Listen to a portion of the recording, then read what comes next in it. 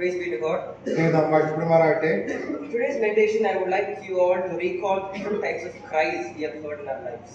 നമ്മുടെ ജീവിതത്തില് നാം കേട്ടിട്ടുള്ള വിവിധങ്ങളായ നിലവിളികളെ കുറിച്ച് ഇന്ന് രാവിലെ നിങ്ങളെ ഓർമ്മിക്കാനായിട്ട് ആഗ്രഹിക്കുകയാണ്. Maybe it's the cry of a baby. ഒരുപക്ഷെ ചെറിയ കുഞ്ഞുങ്ങളുടെ കരച്ചില്, cry during times of grief. അവർക്ക് വിഷമം വരുമ്പോൾ, ദുഃഖം വരുമ്പോൾ അവർ നിലവിളിക്കുന്നു. Cries when we are bitterly being punished. നമുക്ക് ശിക്ഷ ലഭിക്കുമ്പോൾ, നമ്മെ ആരെയും ശിക്ഷിക്കുമ്പോൾ അതിന്റെ ഫലമായിട്ട് നാം നിലവിളിക്കുന്നു. Or cries of any animals or birds and many more. അതുപോലെ പക്ഷിമൃഗാദികളും അവർക്ക് എന്തെങ്കിലും ആവശ്യം വരുമ്പോൾ അവർ നിലവിളിക്കുന്നു. But today I wish to draw your attention to a cry found in Matthew 27:46. എന്നാൽ ഇന്ന് രാവിലെ നിങ്ങളുടെ ഹൃദയത്തിലേക്ക് മറ്റൊരു നിലവിളി നിങ്ങളുടെ ശ്രദ്ധ കൊണ്ടുവരാനായിട്ട് ആഗ്രഹിക്കുകയാണ്. മത്തായി സുവിശേഷം 27-ാം അധ്യായം അതിന്റെ 46-ാമത്തെ വാക്യം. It reads like this. അവിടെ നാം ഇങ്ങനെയാണ് വായിക്കുന്നത്. And about the 9th hour Jesus cried out with a loud voice saying, Eli, Eli, lama sabachthani, that is, my God, why have you forsaken me? ഏകദേശം 9-ാം മണി നേരത്ത് യേശു ഏലി ഏലി ലമ്മ ശബക്താനി എന്ന് ഉറക്കെ നിലവിളിച്ചു, എന്റെ ദൈവമേ നീ എന്നെ കൈവിട്ടത് എന്ത് എന്നർത്ഥം. At first glance, any layman would feel that it sounds like a cry of despair and abandonment. ഇത് ആരെങ്കിലും വായിക്കുകയാണെങ്കിൽ അവർക്ക് വരുന്ന ഒരു ചിന്ത എന്ന് പറയുന്നത് ഇത് ഒരു നിരാശയുടെ അല്ലെങ്കിൽ ദുഃഖത്തിന്റെ ഒരു നിലവിളിയാണ് ആയിട്ടാണ്.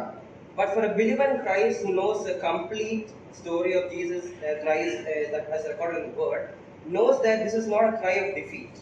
എന്നാൽ ഒരു ദൈവപൈതലിനെ സംബന്ധിച്ചിടത്തോളം ഈ ചരിത്ര സംഭവങ്ങളൊക്കെയും അറിയുന്ന ഒരു ദൈവപൈതലിന് ഒരു കാര്യം വ്യക്തമായിട്ട് അറിയാനായിട്ട് സാധിക്കും, ഇതൊരിക്കലും ഒരു പരാജയത്തിന്റെ നിലവിളിയല്ല. Rather, it was a way to make for God to demand justice for the offense of human sin. എന്നാൽ മനുഷ്യന്റെ പാപത്തിന് പരിഹാരമായിട്ട് ദൈവസന്നിധിയിൽ ഇടനിന്നുകൊണ്ട് കഴിക്കുന്ന ഒരു നിലവിളിയായിട്ടാണ് നമുക്ക് മനസ്സിലാക്കാനായിട്ട് സാധിക്കുന്നത്. Our forefathers despised the goodness of God by eating the forbidden fruit. നമുക്കറിയാം, ആദിപിതാക്കള അവര് ദൈവത്തിന്റെ കൽപ്പന അവര് നിരസിച്ച് വിലക്കപ്പെട്ട കനി അവർ ഭക്ഷിക്കുവാനായിട്ട് ഇടയായി തീർന്നു. And because of the first offense, we all are living under the curse. അങ്ങനെ ആ പാപം മുഴുവൻ മനുഷ്യരിലേക്കും വ്യാപിക്കുവാനായിട്ട് നാം എല്ലാവരും പാപികളായി തീരുവാനായിട്ടും ഇടയായി തീർന്നു. And as a remedy for this, a blood sacrifice was needed. അതിന് പരിഹാരമായിട്ട് ഒരു രക്തം ചൊരിയപ്പെടേണ്ട ആവശ്യമുണ്ടായിരുന്നു. When there was a continuous sacrifice made, Jesus came as a perfect sinless sacrifice that satisfies all the righteous demands of Holy Father. അങ്ങനെ പലവിധമായ യാഗങ്ങളും പഴയ നിയമ കാലഘട്ടത്തിൽ നടന്നെങ്കിലും ഒരു പരിപൂർണ്ണ യാഗം നടത്തുവാനായിട്ട് കർത്താവായ യേശു ക്രിസ്തു ഈ ഭൂമിയിലേക്ക് അവതരിക്കുവാനായിട്ട് ഇടയായിത്തീർന്നു. Only Jesus could pay and suffer in our place. നമ്മുടെ സ്ഥാനത്ത് നമ്മുടെ പകരക്കാരനായിട്ട് മരിക്കുവാൻ, യാഗമായി തീരുവാൻ കർത്താവായ യേശു ക്രിസ്തുവിന് മാത്രമേ സാധിക്കുമായിരുന്നു. When Jesus hangs on the cross, despised, suffering and dying, കർത്താവായ യേശു ക്രിസ്തു ക്രൂശിൽ അങ്ങനെ നമുക്ക് വേണ്ടി കഷ്ടം അനുഭവിച്ചുകൊണ്ട് ആ ക്രൂശിൽ തൂങ്ങിക്കിടക്കുമ്പോൾ he has upon himself the entirety of sin.